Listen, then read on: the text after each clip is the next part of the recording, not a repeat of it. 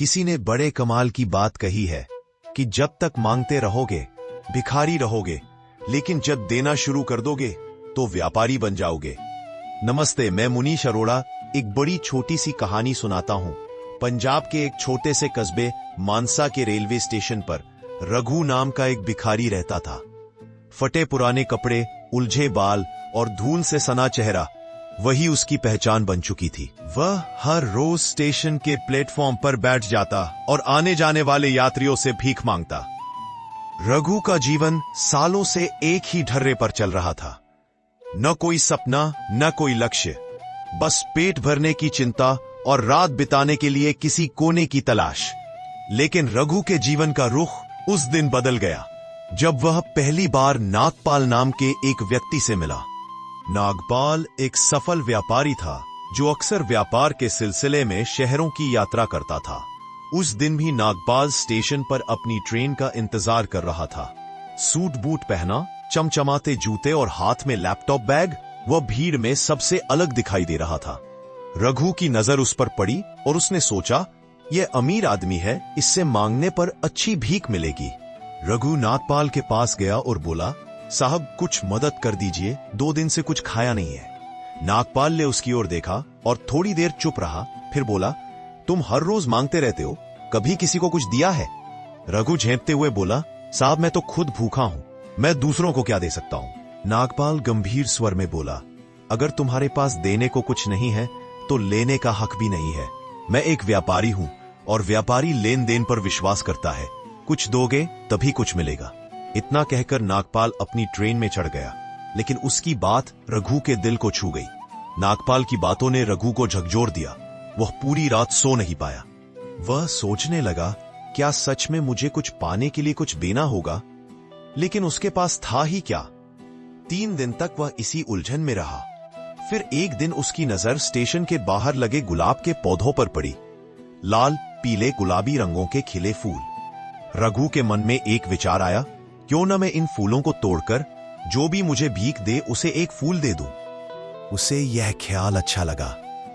उसने कुछ फूल तोड़े और जेब में रख लिए।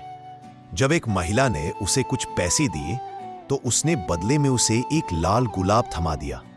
महिला मुस्कुराई और बोली, वाह, तुम्हारा अंदाज तो बड़ा खास है। रघु को उस दिन पहले से ज्यादा भीख मिली। अब वह रोज सुबह सुबह उठता, पास के पार्क और स्टेशन के किनारे लगे पौधों से फूल तोड़ता और उन्हें अपने झोले में भरकर स्टेशन जाता। जो भी उसे भीख देता वह मुस्कुराकर उन्हें एक फूल देता। कुछ ही दिनों में लोग रघु को फूल वाला भिखारी कहने लगे। करीब 1 महीना बीत गया। एक दिन नागपाल फिर उसी स्टेशन पर पहुंचा। रघु दौड़ते हुए उसके पास गया और मुस्कुराकर बोला, साहब आज मेरे पास आपको देने के लिए फूल है। अगर आप मुझे कुछ देंगे तो मैं बदले में आपको ये फूल दूंगा। नागपाल उसकी बात सुनकर चौंका और फिर मुस्कुराया। उसने रघु को कुछ नोट दिए और रघु ने बदले में उसे 2 सुंदर गुलाब दे दिए। नागपाल बोला, अब तुम सही मायनों में व्यापारी बन गए हो। तुमने मेरी बात को समझा। रघु की आंखों में चमक थी। उसने पहली बार अपने भीतर आत्मसम्मान महसूस किया।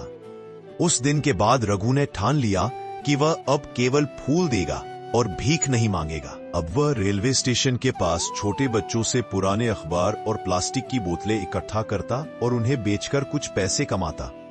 उन पैसों से वह पास के फूलों के बाग से ताजे फूल खरीदता और स्टेशन पर बेचता। धीरे धीरे उसका काम बढ़ने लगा। कुछ यात्रियों ने तो उससे रोज फूल खरीदना शुरू कर दिया। एक स्थानीय अखबार ने फूल वाले रघु की कहानी छापी, जिससे उसकी पहचान और बढ़ गई। एक दिन एक स्थानीय समाज सेवी बबलू अरोड़ा रघु से मिलने आए। उन्होंने उसकी लगन और ईमानदारी से प्रभावित होकर उसे एक छोटी सी दुकान खोलने के लिए आर्थिक मदद दी। अब रघु की एक अपनी छोटी सी दुकान थी, रघुराज फ्लोरिस्ट। रघु ने फूलों की सजावट, बर्थडे पार्टी, शादी के ऑर्डर लेना शुरू किया। कुछ महीनों में वह कस्बे के सबसे प्रसिद्ध फूल व्यवसायियों में से एक बन गया। 1 साल बीत चुका था। उसी स्टेशन पर नागपाल फिर से व्यापारिक यात्रा पर आया। प्लेटफॉर्म पर एक सज्जन सूट बूट में हाथ में लैपटॉप बैग लेकर खड़े थे।